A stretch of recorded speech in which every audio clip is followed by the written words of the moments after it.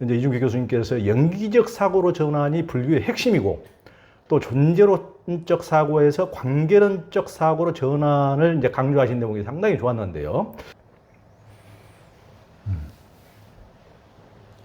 연기론적 사고라고 하는 것은 이제 어떤 그 이론적 사고가 아니라 이치에 맞는 사고예요. 말하자면 이 세상은 연기하고 있어요. 이게 사실입니다. 그 사실에 맞추어서 생각하는 것을 바른 생각이라고 하지 않겠습니까? 근데 우리는 전부 어떤 우리 머리로 우리가 이제 사유를 할 때 인간은 오랫동안 개념을 가지고 사유를 하게 훈련이 되어 있었어요. 그러니까 뭔 생각을 하면 전부 언어적 구조가 있어야만 생각이 돼.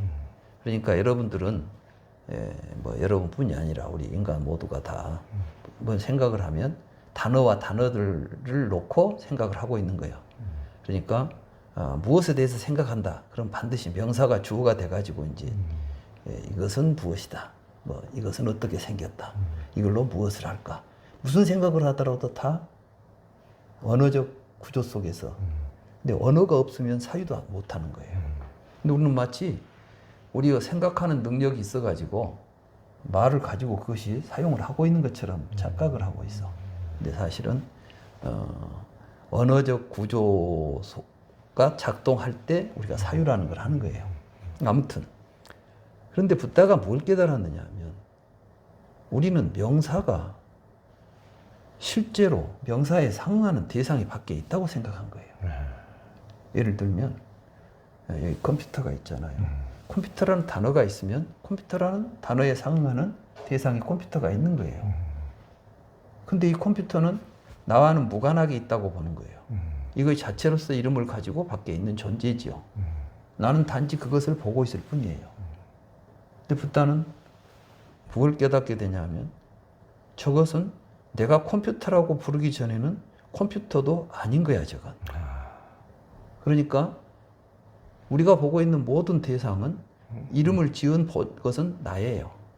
물론 내가 직접 지었던 다른 사람이 지어서 알려준 것이든 내가 알고 있는 이름인 것이지. 그래서 내가 알고 있는 이름으로만 세상을 보고 있는 거지. 그러면 그래서 우리는 이제 그 이름이 진짜가 실체가 뭐냐는 걸 다시 찾아야 되잖아. 근데 우리는 이름의 실체는 안 찾고 이름 가지고 보고 있는 저것을 또 다른 이름으로 연구를 하려고 해. 그러니까 어떤 이제 문제가 벌어지느냐. 이 세상이라는 존재가 있어. 세상은 누가 만들었을까 그래 놓고 누구라는 이름을 또 찾아가는 거야. 그러면 그 이름은 또 그 답이 나오겠어요? 이거 얼마나 이제 어리석은 질문하고 있는 거 한번 봅시다. 이 세상은 누가 만들었을까? 이게 질문이래요. 답이 뭔지 아세요? 이 세상은 누가 만들었냐는 문제의 답이 뭐예요? 신이 만들었다 그래. 그냥 신이라 안 해. 창조주가 만들었다. 창조주. 창조주라는 말이 뭐야? 만든 사람이란 말이야. 누가 만들었냐? 그런 거 놓고 만든 사람이 만들었다. 그 답을 해놓고 맞다고 이제 좋았다고 가고죠. 그러면 물음과 답이 뭔가 거기서 새로운 내용이 나온 게 있어요, 없어요? 없죠. 없죠. 누가 만들었느냐? 그러니까 만든 사람이 누구냐 물어놓고 만든 사람이 만들었다 대답해놓고 정답이다 그러고 있는 거야. 그러니 얼마나 어리석은 질문도 어리석고 대답도 어리석은 거예요. 과학자들은 또 무엇으로 만들어졌을까라고 묻고 나서 그것을 만들고 있는 구성 요소가 이것이다라고 말을 해. 그러니까 원자론도 결국 지금 양자역학에 와서 물질을 구성하고 있는 원자는 없다. 답이 나왔잖아. 깨지지 않고 변치 않는 어떤 실체로서 무언가가 있어가지고 있는 것들이 만들어질 줄 알았더니 그렇지 않다는 사실이야. 더더군다나 양자역학에서 발견한 것은 내가 보기 전에는 아무것도 없다는 거야. 모든 존재는 나가 봄으로써 비로소 의미를 갖게 되는 것들이지. 이게 보기 전의 이야기는 그것이 무엇이냐고 묻는 것 자체가 이제는 넌센스지요. 우리는 내가 보기 전에 뭐가 있어서 본다고 생각했는데, 그러니까 존재는 결국 내가 인지한 뒤에 나타났지 인지하기 전에부터 존재가 있지 않았다는 사실이야. 그럼 그것이 왜 존재로 나타났을까? 이름을 지었기 때문이지. 이런 이야기들이 경전에 부처님이 아주 상세하게 이야기했는데 사람들이 그 내용을 이해를 못해. 그렇게 부처님이 설마 그런 것 공부했을까? 아하. 앉아서 도통해가지고 막 숙명통을 했지. 무슨 그런 이야기를. 그러니까 엄청 심오한 철학적인 아주 지금까지 어떤 철학자도 거기에 대해서 생각도 못 해봤던 부분을 부처님이 지혜로서 통찰해가지고 사실을 밝혀내게 돼요. 그게 뭐냐면 우리 의식 속에는 명색이 가득 차 있다는 거야.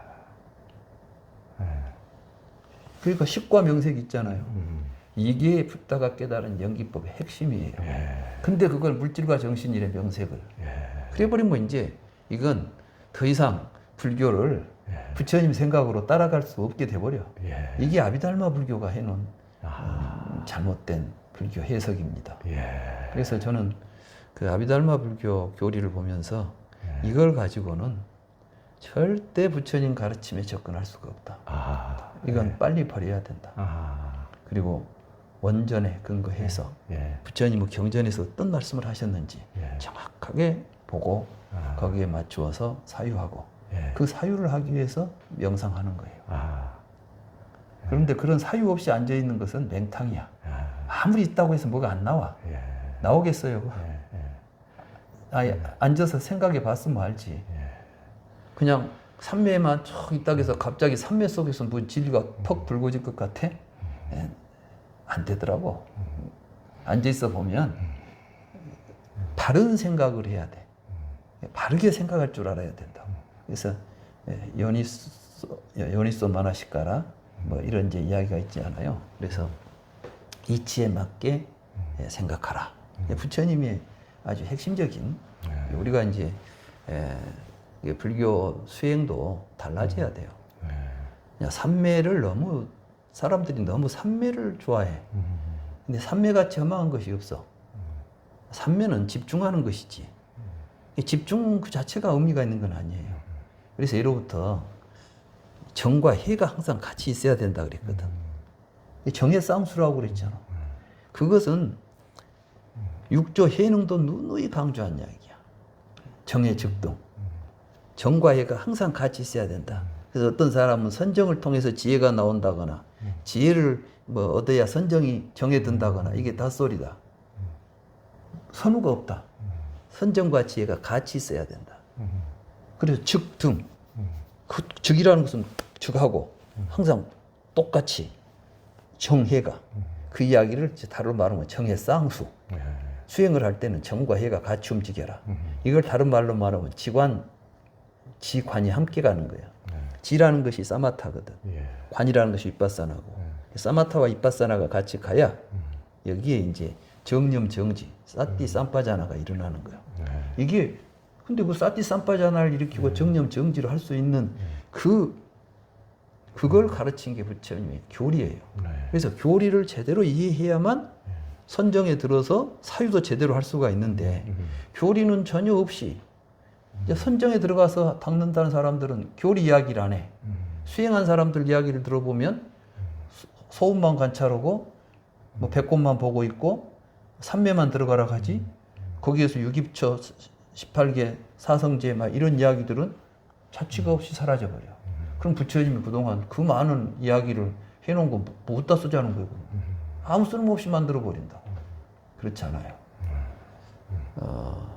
우리가 알고 있는 교리들, 이것은 그냥 사전으로 풀이해서 나오는 뜻이 아니에요.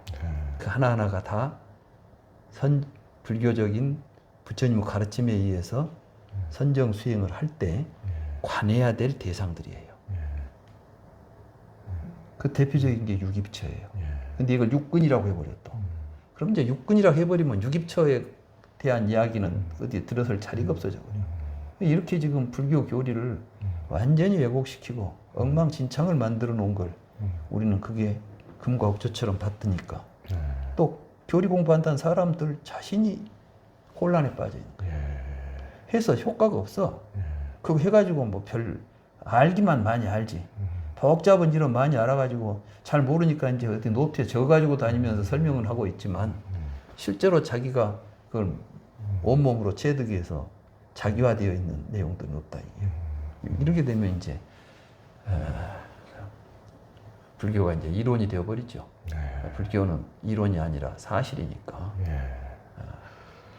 그러니까 우리가 사물이나 현상을 이제 보는 것이 실제를 보지 못하고 너무 개념적 사고에 휩싸여서 그것으로 보기 때문에 실제를 제대로 이제 볼 수 없는 이제 우리는 이제 언어적 개념으로 항상 그것에 의해서 이제 사물을 보고 현상을 보고 이제 그걸 부처님이 유의라고 불렀어요.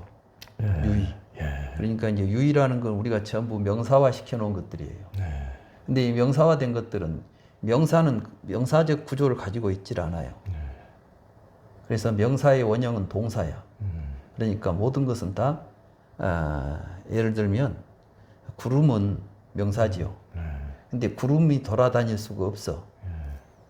그러면 뭘 우리가 구름이라고 부르냐? 물방울이 떠돌아다니면 구름이라고 말해.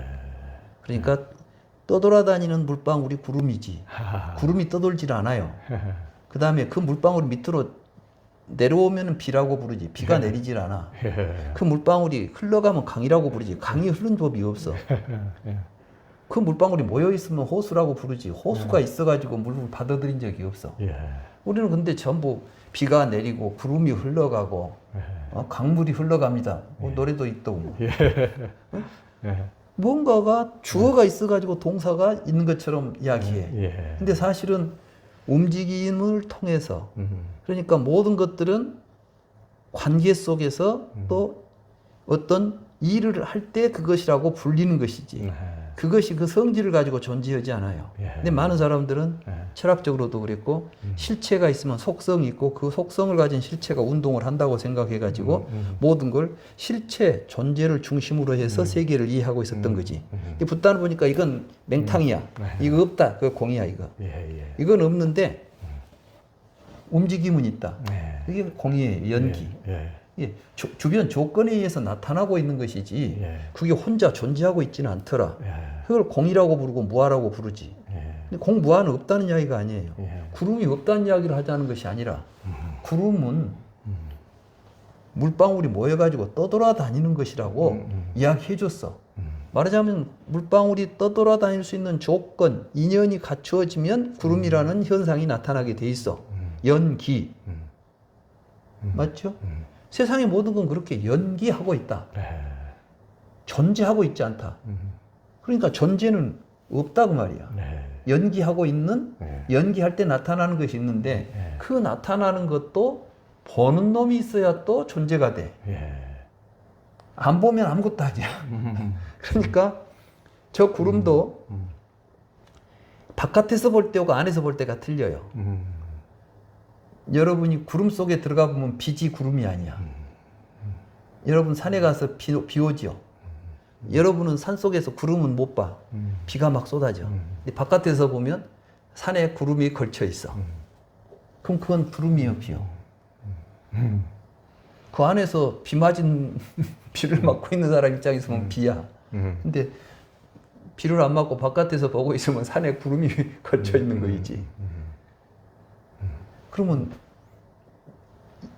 존재라는 것이 결국 그러니까 굉장히 이게 이 존재 현상은 물리적인 현상도 아니고 정신적인 현상도 아니에요. 우리가 물질과 정신이라는 이름으로 붙여놓은 것조차도 다 사실은 실체가 없는 것들이에요. 물질도 없고 정신도 없어. 다 공이야. 물질이라고 부르는 현상이 있고 공이라고 부르는 현상이 있는 것뿐이지. 그 이야기를 지금 불교는 해요. 그러니까 불교를 정신과 물질이라는 이분적 사고 구조를 가지고 어떤 그런 그 존재론적, 그러니까 지금까지 인간이 만들었던 존재론은 크게 물질과 물질 아닌 것, 정신과 물질이라는 두 개의 큰 물질적 구조 속에서 존재적 구조 속에서 세계를 이해했거든. 그러니까 서양 철학도 보면은 유물론이냐 관념론이냐 뭐 이런 걸 가지고 싸워요. 불교는 뭐냐 또 이렇게 물어.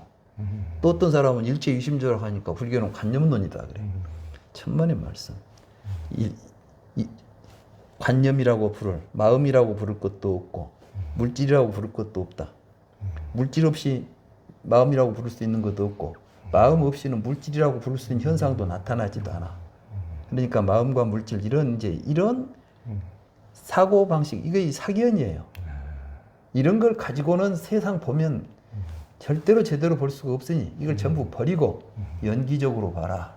이 연기적으로 본다는 것 자체가 획기적인 우리 사고의 전환인 것이에요. 근데 지금 불교를 이해하시는 분들이 연기적 사고를 못 하는데 연기법을 연기적 사고가 아닌 걸로 해석을 하니까 자꾸 문제가 발생하는 거예요. 그러니까. 자기가 가지고 있는 존재론적 사고를 가지고 그것다 꿰맞춰 보려고 하니까 여기다 맞추면 저기서 어긋나고 저기다 맞추면 여기서 어긋나고 그렇죠. 그놈을 또 해결하려고 보니까 더 심오하고 이상한 도리가 나오게 되고 말이 안 되는 소리를 막 있는 것이 없는 것이고 없는 것이 있는 것이고 있지도 않고 없지도 않고 막 이렇게 말을 섞어 놓는단 말이지. 이제 이러다 보니까 어려워져.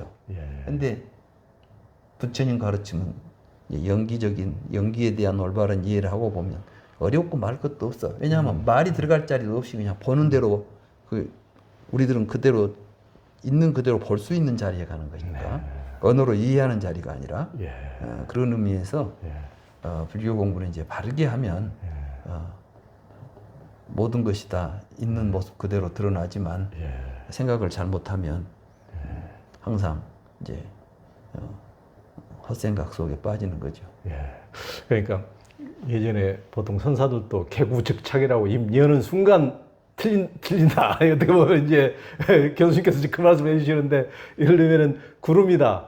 지금 계속 흘러가는 것이 구름인데 딱 요술사 서로가 요술 써가지고 딱 멈춰져 있는 것이 구름인 것처럼 명사화 시켜버리면 벌써 묘사 자체 할 때부터 틀려먹은 거고 그렇죠. 지금 내리고 있는 것이 핀데 벌써 누가 요술 써가지고 중간에 오다 그냥 멈춰져 있는 것처럼 이렇게 묘사를 해버리는 순간 현상과 멀어진 실제와 멀어진 엉뚱한 묘사고 그게 이제 그 개구즉